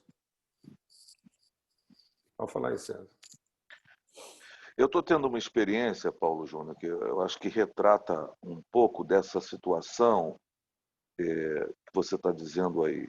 Depois de 15 anos que eu havia deixado a minha carreira, eu recebi um convite para fazer uma consultoria financeira numa empresa que é de uma irmã, de um casal aqui da igreja. Ela já é membro da igreja, ele ainda não sabe que é, né? Mas está no caminho. E por estranho que possa parecer, esse cara é um cara, ele tem uma empresa bastante interessante, e eu estou fazendo isso, e isso deve virar, inclusive, uma direção executiva para mim, porque esse cara comprou uma empresa de outra linha completamente diferente aí na região de Minas, na região um pouco perto de Araxá aí, e ele tá querendo ir com a esposa, né? E a esposa foi com ele um dia desse fazer uma viagem para conhecer o lugar. E a primeira coisa que ela falou comigo depois que voltou, como ela olhou para as pessoas que trabalhavam nessa fábrica e como ela viu a necessidade dessas mulheres, desses homens serem pastoreados. Isso foi para mim um negócio tão lindo que valeu toda a pena ter, de alguma forma, liberado um tempo da agenda para fazer esse tipo de olhar e de cuidado, até voltar para a minha atividade profissional anterior, para poder liberar esse casal para pastorear uma cidadezinha pequena de Minas, que não tem, assim, e é um negócio fabuloso. E aí, se você vai conversar com a moça, ela hoje já tem uma consciência dessa questão de estar indo exatamente para fazer isso, para cuidar das pessoas. E ela entende a empresa dela como uma empresa que vai cuidar das pessoas, e isso está sendo uma experiência muito rica para mim, quando a gente chega mais perto e a gente deixa que essas relações que você sempre insiste, que são relações mais próximas, elas repercutem, elas reverberam na vida dessas pessoas a ponto delas assumirem, abrindo mão de um monte de coisas, assumirem a vida das pessoas como alguém que cuida. Então, ao mesmo tempo que eu tenho sido muito estimulado por esse meu retorno ao mundo corporativo, eu posso ver nesse mundo uma oportunidade também de gerar e de formar pastores para esse ambiente que é tão carente, que a gente sabe disso. Então, eu queria deixar esse testemunho, primeiro, dessa volta, desse retorno, 15 anos depois, para o mundo corporativo, e o que eu encontro nele? Pastores que nem sabem que são pastores, que estão assim encaminhando-se para fazer coisas inacreditáveis, o que foi muito estimulante para mim. E a velocidade, né, Sérgio? Se você estivesse fazendo uma escola acadêmica, eu vou falar, nem com 10 anos você chegava nisso aí. Aí agora, com uma relação de alguns meses, alguns anos, rapidamente, essa pessoa ela vira uma chave, ela já entendeu. Então, assim, e aí ela quer assumir essa responsabilidade, porque mudou na gente. Porque você começa também a ver a cidade com olhos de pastores. Em vez de você querer ficar juntando ovelhas para justificar seu pastorado, você desencana disso e começa a pensar o tempo todo, pastor, como você pode estimular outros a também. E aí você não tem o controle, mas ao mesmo tempo você continua influenciando. Então a gente passa a ter uma relação descontrolada, mas de orientação, ou seja, acaba sendo uma orientação. Então aqui não está fora de um controle de governo. mas existe um controle de orientação, que é o controle genético, ou seja, então é uma família, é um povo que vai ocupando a Terra. Então existe uma ordem, mas é uma ordem de natureza, e não uma ordem sistemática, né? Então você não está criando uma regra, você não está criando uma metodologia, né? uma instituição, mas aquilo acaba sendo uma natureza que vai se expandindo. Então você agora está conhecendo pastores de outro aprisco que você nem sabia, você vai acabar diretamente ligado a isso, você continua ligado às pessoas, aumentou, e aí isso aumenta exponencialmente, porque enquanto a gente estava pensando em aumentar a congregação matematicamente, né, aritmeticamente, agora ela aumenta exponencialmente, porque agora esse povo vai cuidar de uma cidade, então de uma hora para outra a sua congregação ela duplica, triplica, né, porque você não está preocupado você está preocupado com a abrangência, com o alcance, com a influência. E numa base de relação, né, de confiança. E assumindo o risco, porque você sabe que eles estão preparados para tudo? Eles nem sonham o que está esperando eles lá, a bronca que vem. Mas eles estão em condições? Estão. Eles têm condição, sim. Eles têm o Espírito Santo, eles têm amizade, eles têm vocês, eles têm conselho, então eles têm condição, sim. Não, e vai em frente. Agora, em relação ao Enzio, não sei se ele está aí ainda. Ele voltou ali. Um cara que vem da igreja do Vitor Manuel Valente, rapaz, só pode dar bom resultado, né? E depois conhece o Paulo Júnior pessoalmente, tem o privilégio de ser discipulado por ele durante 10 anos e ser amigo pessoal dele. Ainda canta muito bem música sertaneja. Isso aí é uma fantástica. Também. Mas hoje o Paulo Júnior fica mascarado depois, tá vendo? Sabe que fica mascarado no Rio, né? Fala aí, Anderson. Dá um alô, pessoal. Da cidade de Recife, Paulo Júnior. Primeira vez que está participando com a gente do grupo aí. Maravilha. Deve estar apavorado aí, que é um amigo assembleiano lá de Recife. Fala aí, Anderson. Libera o microfone. Dá um alô, pessoal. Se quiser bater um papo aí, fica à vontade, cara. Tem que liberar o microfone, Anderson.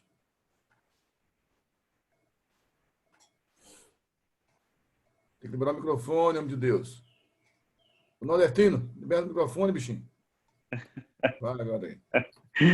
Paz e graça a todos. Bom dia, ministros. Todos estão me ouvindo aí? Pastor Silvio? Sim, também. Pode falar, irmão. Bom Pastor dia, Paulo Júnior. Deus abençoe a todos. Bom dia a todos, meus amados. Sou aqui de Pernambuco. O pastor fala Recife. Eu estou indo tanto para Recife, praticamente trabalhando em Recife, mas, na verdade, eu moro em Caruaru, 130 quilômetros de Recife. É a terrinha aqui do forró, né? O pessoal fala.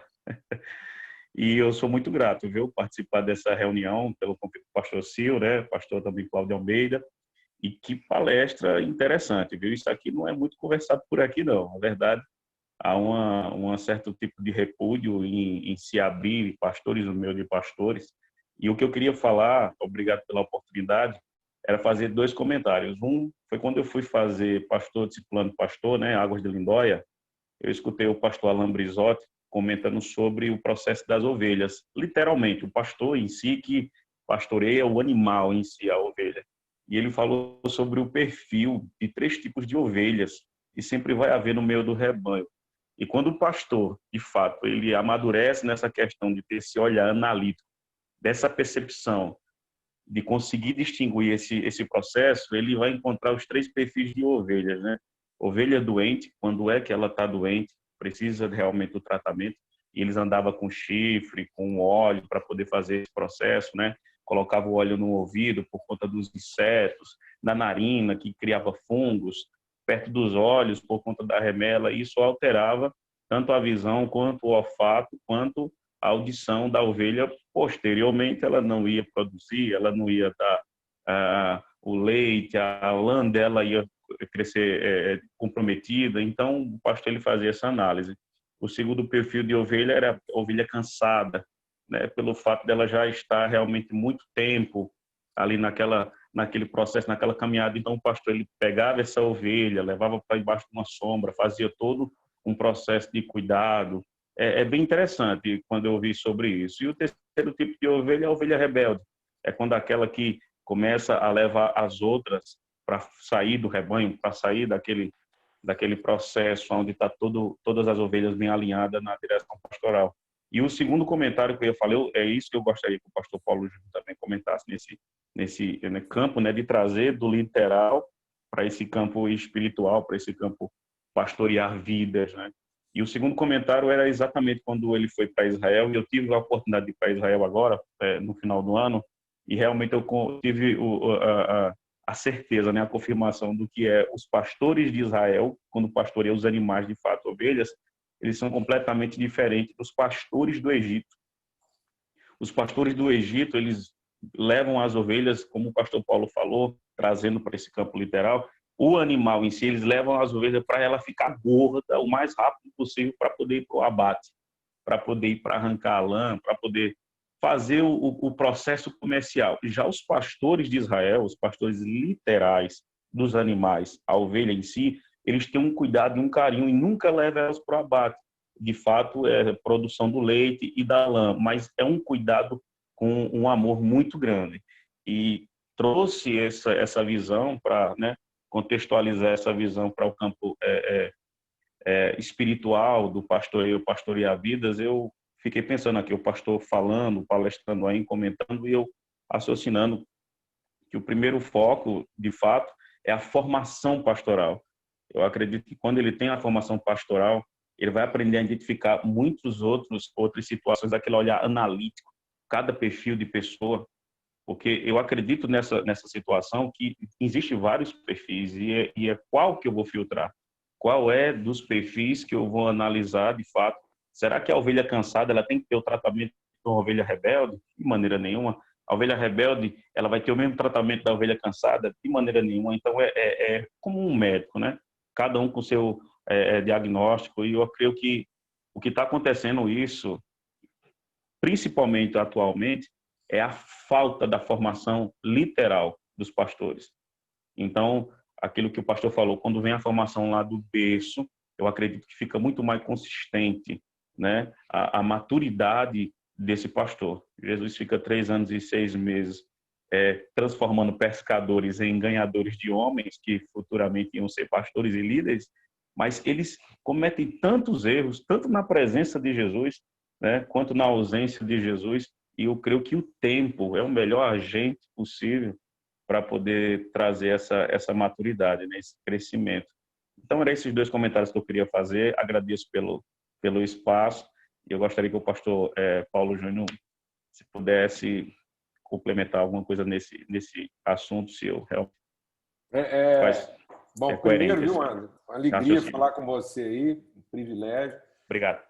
A gente tem um conhecido aí, um amigo aí na sua região, acho que ele é até da Assembleia de Deus, ele está num trabalho aí de plantação de igreja na região.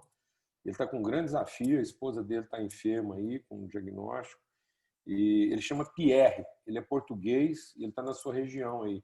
Eu vou falar com ele aí, eu tenho tentado encontrar amigos assim do caminho aí para o Pierre, para ajudar ele nesse momento assim, de amizade, companhia, né? Trocar umas ideias, porque ele às vezes ainda fica um pouco isolado aí. Ele é português. Vai ser um prazer imenso. Com esse nome todo imenso. Esse nome todo francês aí, ele é bem português. Então, e ele está aí perto de você. A gente tem muitos amigos aí em Recife. É muito difícil entrar e comentar a mensagem de um outro colega pastor, né? Mas eu também, assim, eu não posso, que se isso fosse uma reflexão, né? Assim, um debate. Eu tenho dificuldade de entender a ovelha rebelde. Eu não consigo encontrar essa figura na Bíblia, não. E eu acho que existe ovelha doente, eu concordo. Existe ovelha ferida, também concordo. Existe ovelha perdida, porque essas figuras a gente encontra na Bíblia.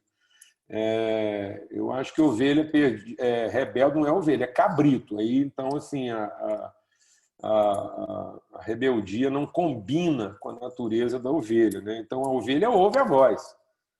Então, e às vezes a gente precisa desenvolver formas de ensino, até para, inclusive, identificar quem é cabrito, para a gente também não ficar aí sofrendo, achando que você está tratando uma rebeldia e, na verdade, aquilo é de outra natureza. Tanto é que só serão condenados ao inferno não os pecadores, não os que têm problema, né? Mas os rebeldes. Então, a rebeldia caracteriza um cabrito, né? Então, é uma característica complicada. Enfim, eu não me sinto em condições de atribuir a característica da rebeldia a uma ovelha, porque eu acho que isso não combina, né?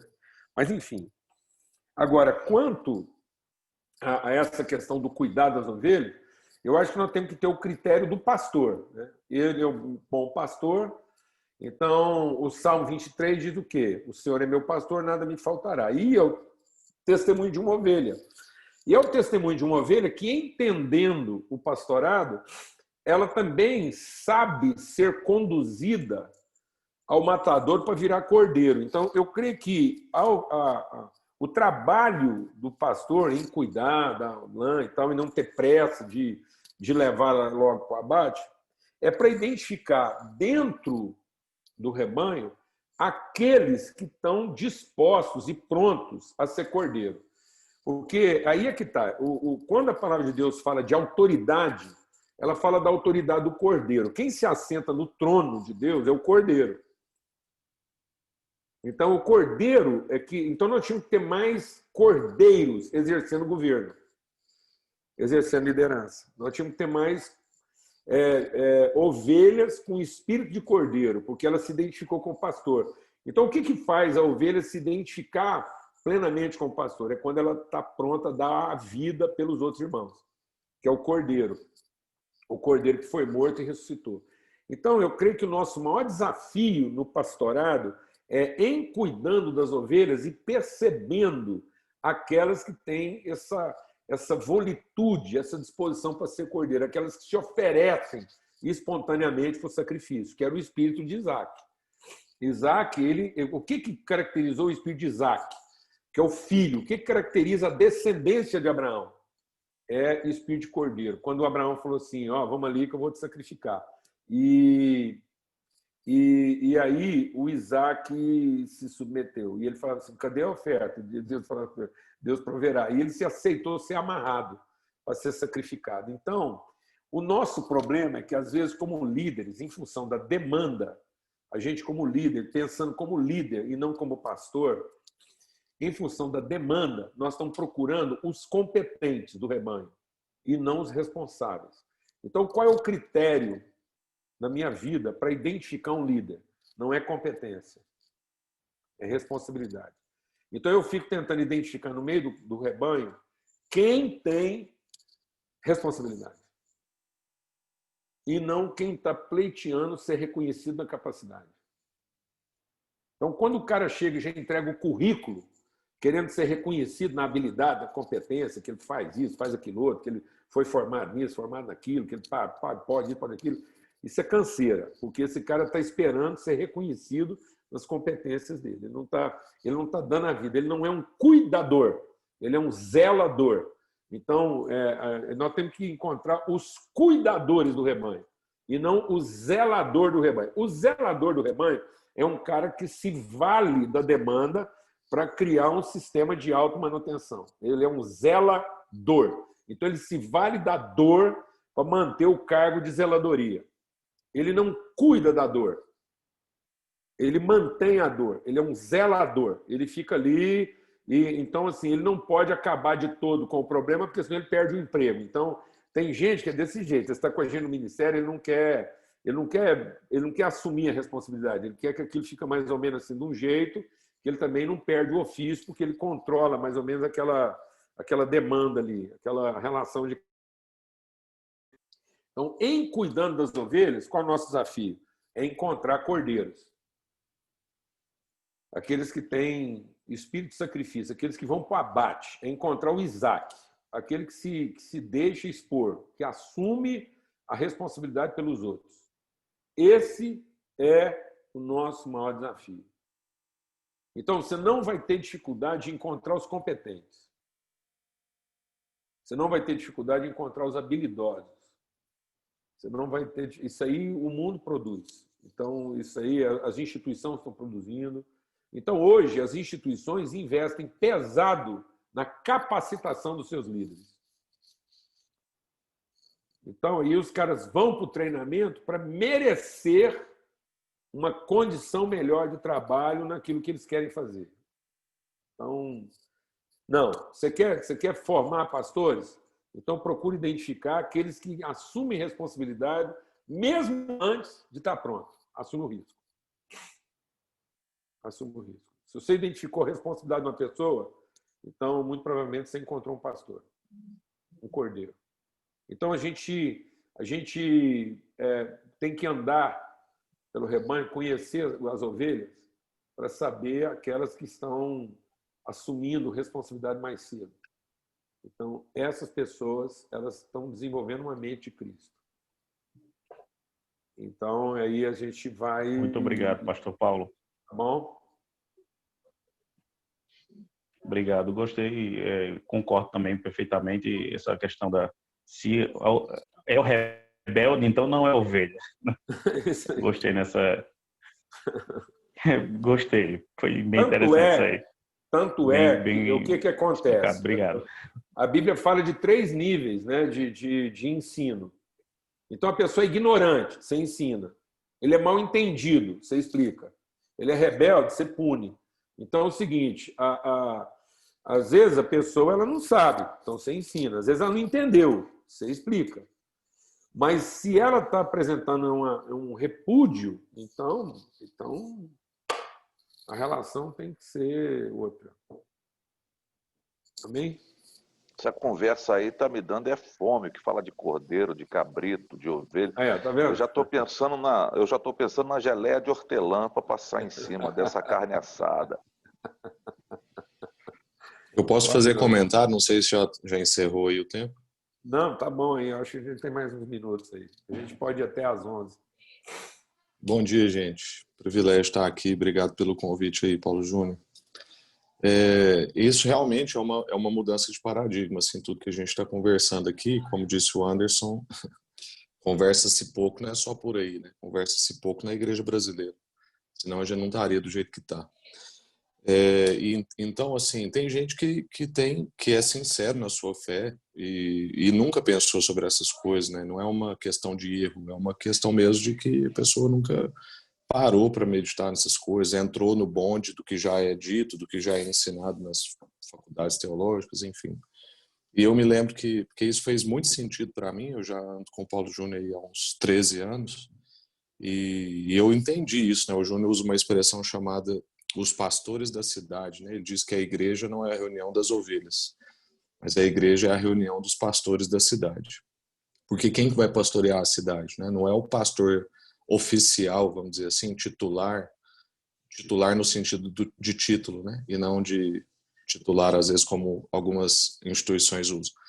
Mas não é esse tipo de pastor que vai pastorear a cidade necessariamente, né? Então, quem vai pastorear o povo ali que o Enzo lida é o Enzo, quem vai pastorear a empresa do Cláudio, que estava aí, não sei se ainda está, é o Cláudio. Enfim, a igreja é a reunião dos pastores da cidade. E eu comecei a usar essa expressão, e isso fez muito sentido para mim justamente por causa do texto que o Sr. Farney lembrou, né, que Jesus andou por todo tipo de cidade, desde a mais pobre e pequena até a mais rica. Então, aqui para nós, né, em Goiás, tem o Faina. Então, ele andou desde o Faina até Nova York, e ele percebeu um diagnóstico comum, né, que era pessoas como ovelhas que não têm pastor. Então, isso é importante para nós pastores, né? Existe um diagnóstico comum independente da classe social, do tamanho da cidade, enfim. E o diagnóstico comum era esse. E aí ele fala para os discípulos, né? Ele fala, olha, orem para que Deus mande mais pastores, mais trabalhadores. E aí tinha um irmão aqui da igreja, muito aplicado, provavelmente sabe mais de Bíblia do que eu, de teologia, enfim. Um irmão inglês, assim, um cara muito, muito bom. E ele não concordava com essa fala minha de jeito nenhum. E um dia ele teve coragem de ele me confrontar isso numa reunião, porque ele não acreditava nisso, né? Que as ovelhas eram pastores, que a igreja era a reunião dos pastores da cidade, que pastor é uma função nobre. Tá? Aí eu entendi o que ele estava querendo dizer, né? Mas eu falei, olha, nesse episódio de Jesus, os discípulos ainda não tinham sido ordenados, né? Os discípulos tinham acabado de ser convidados, eles não tinham feito seminário, não tinha nada. E eles se tornam a resposta da própria oração minutos seguintes, porque o episódio narrado seguido desse é o episódio onde Jesus manda eles para um trabalho, onde Jesus ia supervisionar esse trabalho. Então, realmente não precisa de tudo que a gente coloca, que a gente quer colocar antes de dizer que as pessoas são os pastores dos seus trabalhos, dos seus bairros, né? Agora, no início da pandemia, eu encerro com isso, um pastor americano, Ed Stetzer, que é muito bom na área de pesquisa, ele fez uma entrevista com pastores europeus, porque a Europa tinha vivido isso um pouco antes, né, da América e da gente. E ele falou assim, o que vocês falam para nós, né? O que vocês alertam a gente sobre esse momento que a gente está vivendo? Como é que a gente pode trabalhar de maneira mais eficaz? E os pastores europeus responderam, nós estamos falhando no discipulado. As nossas ovelhas não sabem lidar com suas Bíblias sozinhas, logo elas não conseguem ser líderes dos seus lares e muito menos líderes das suas comunidades. Então ele falou, trabalhem a formação, né, dos cristãos. Aí você pode usar a expressão discipulado ou o que for. O grande desafio é formar as pessoas. E numa era de informação, realmente o grande desafio é formação, né? Então esse trabalho assim, tem sido muito enfático para a gente na nossa realidade de igreja, esse trabalho de formação. E uma coisa que a gente tem dito lá, e eu deixo isso aqui para nós, né? Como o João disse, não necessariamente mais cristãos fazem mais cristãos ou trazem mais cristãos. Porém, cristãos maiores fazem mais cristãos e trazem mais cristãos. Então, ao invés da gente ficar tão preocupado em ter mais cristãos, a gente deveria estar se ocupando de formar cristãos maiores, né? Enfim, é isso, só uma ressonância aí com a palavra. E é interessante isso, né? Por que na pandemia tem um punhado de gente preocupada em perder ovelha? Né? Porque não formou pastores. Então, a gente tem que sair desse lugar de que a igreja é a reunião das ovelhas. As ovelhas, muitas delas nem vêm na reunião. A igreja é o encontro dos pastores. Então, o trabalho da igreja é formar uma consciência e uma responsabilidade pastoral. E não uma rotina de cuidar de ovelha. Então, a gente está preocupado numa rotina interminável de atender a demanda das ovelhas. Então, eu tenho compartilhado com a nossa liderança aqui. Às vezes a pessoa, nós temos que voltar à reunião presencial. Vou falar uma coisa para vocês. O que acontece com uma retomada acelerada aí dessas reuniões presenciais? Sabe quem são as primeiras pessoas que vão se reunir? Os que demandam. Então, a primeira coisa que vai acontecer, eu tenho certeza que todo mundo aqui está trabalhando mais do que trabalhava antes. Então, você vai retomar o seu ministério pelo quê? Pela demanda. Porque são aquelas pessoas que estão lá sempre naquela posição de ovelha, demandando e exigindo as coisas a tempo e hora e que a coisa funcione. Então, esse é o momento agora que a gente tinha que estar investindo mesmo na definição, na identificação, no fortalecimento, no desenvolvimento daqueles que cuidam, que pastoreiam. E se a gente fizer isso, então, independente do povo estar reunindo no local ou não, as pessoas vão estar sendo assistidas. Porque, por capilaridade, a assistência vai chegar a todas elas onde elas estiverem, do jeito que for. Porque não vai faltar pastor. Então, a gente tem que tomar esse cuidado, porque às vezes a gente está tratando o nosso ministério pelo aumento da demanda e não pelo desenvolvimento do provisionamento. Amém? Isso aí. Entrou aí o Matheus de Timóteo. Bem-vindo aí, Matheus. O Matheus entrou depois, mas eu queria ter tempo de apresentar. Alegria estar aqui. Nós estamos aqui numa reunião multiestadual, viu? Temos gente aqui de Floripa, que você já conhece, o Demerson é de Brasília, o Vitor é lá como é que chama a cidadezinha do Rio aí? Ô, Jesus. Fala aí, Vitor. Eu esqueço o nome da cidade. Vassouras. Bom demais. Prazer, gente. Prazer. César, a grande maioria do Rio aí. Ô, Vitor, eu preciso comprar um cavalo. Depois a gente fala. Tá bom, é verdade. Não é para mim, não, mas é verdade.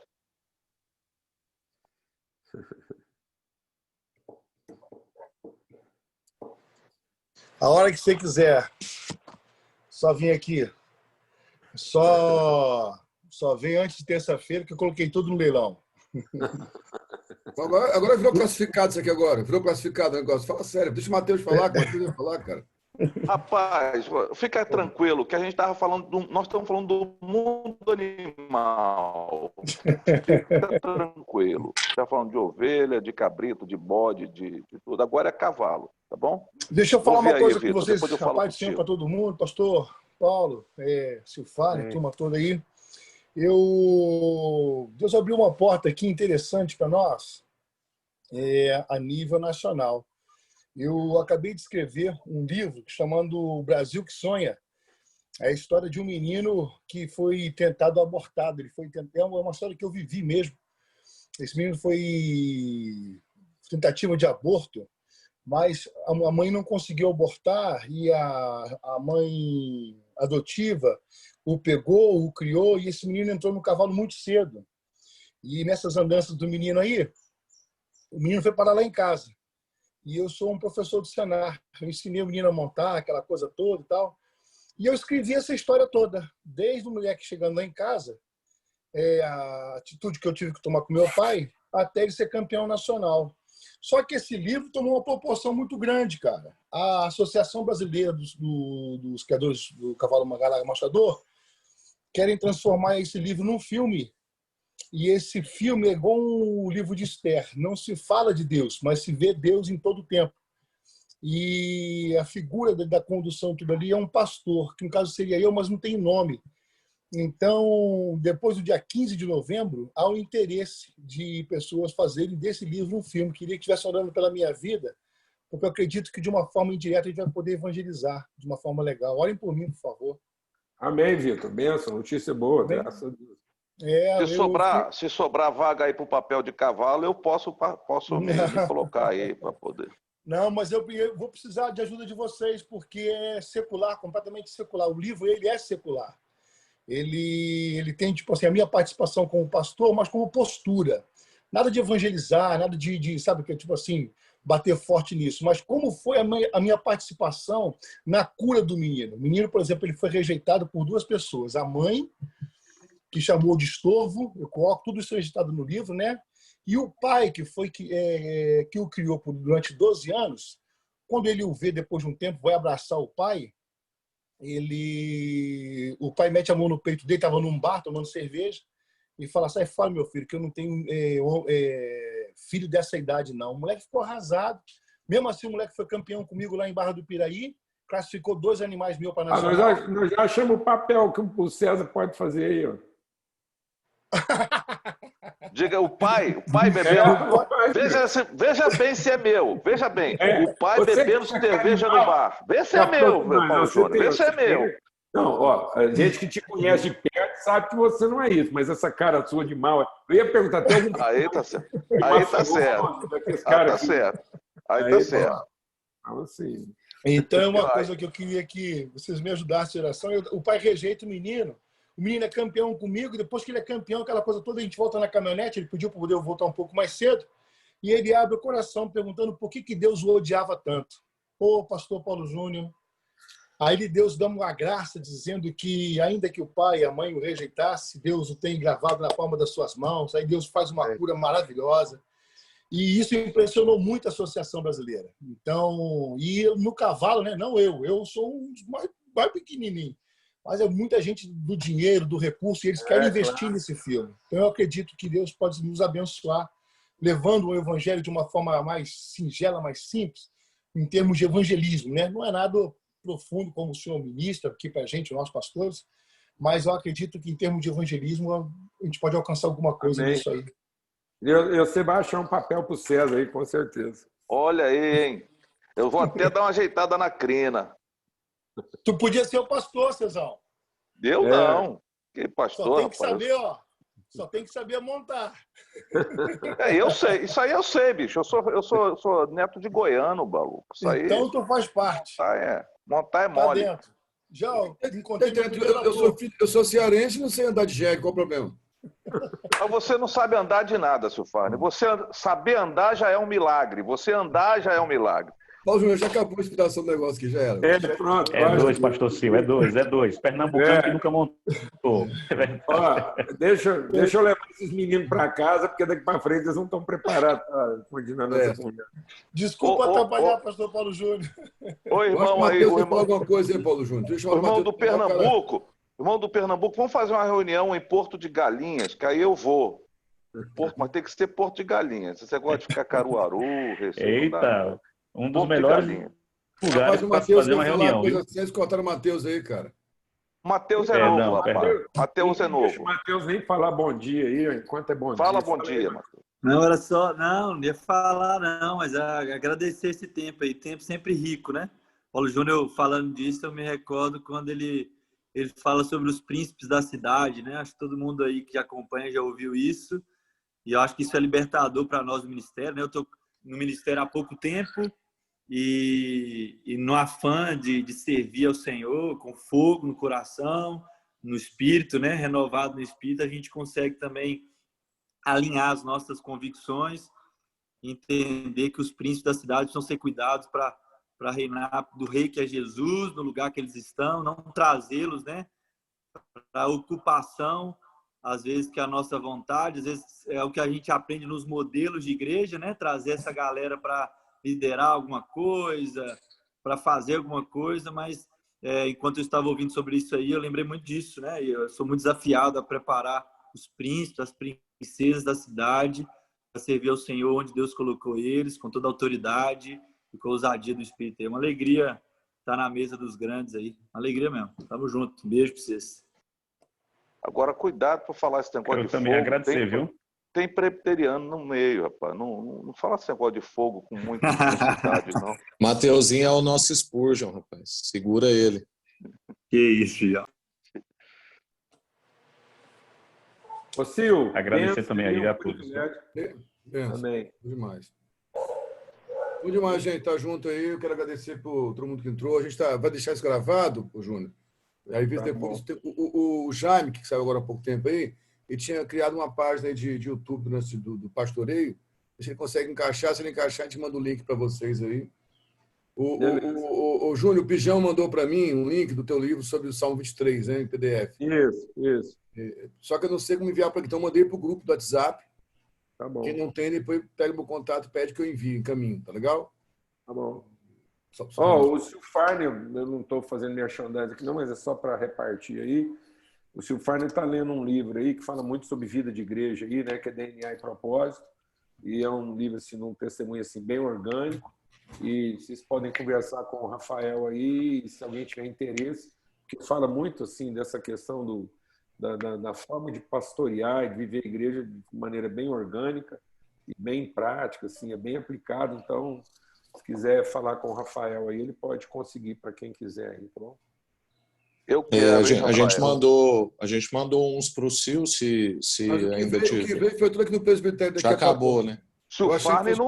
O Silfarne não gerou aqui para o grupo de pastores, não. Eu achei que ia sobrar para a galera. O frete ia ficar muito caro também. Quando eu comuniquei, o pessoal do presbitério não quis, aí foi coisa do presbitério mesmo.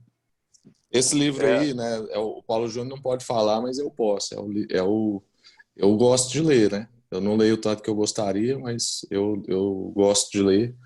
Esse livro, DNA e Propósito, foi um dos livros que mais marcou minha vida, assim, minha jornada com Jesus, assim, é uma antes e uma depois. E ele é um livro curto, ele não é um livro grosso, mas ele é um livro de reflexão, não dá para você passar correndo também. Livraço. Ele infelizmente está esgotando de novo na sala editora, mas seguram para mim aí, hein? Seguram para mim aí, pelo amor de Deus, vou mandar para você hoje. Deixa Deus tocar no coração. Deixa Deus tocar no coração de vocês. Manda aqui para Pernambuco. Negócio, posso facilitar aqui. Lembra de Pernambuco, manda para mim. Peraí. O Pijama vai colocar agora o WhatsApp dele aqui no grupo, quem quiser anota e faz contato com ele. Fica mais fácil. Isso. Deu, Pijama? Eu posso no correio para vocês. Aí quem quiser agora, lógico, como é frete, para ele mandar uma quantidade para cada um que queira pedir, pede uma quantidade razoável para facilitar o envio, né?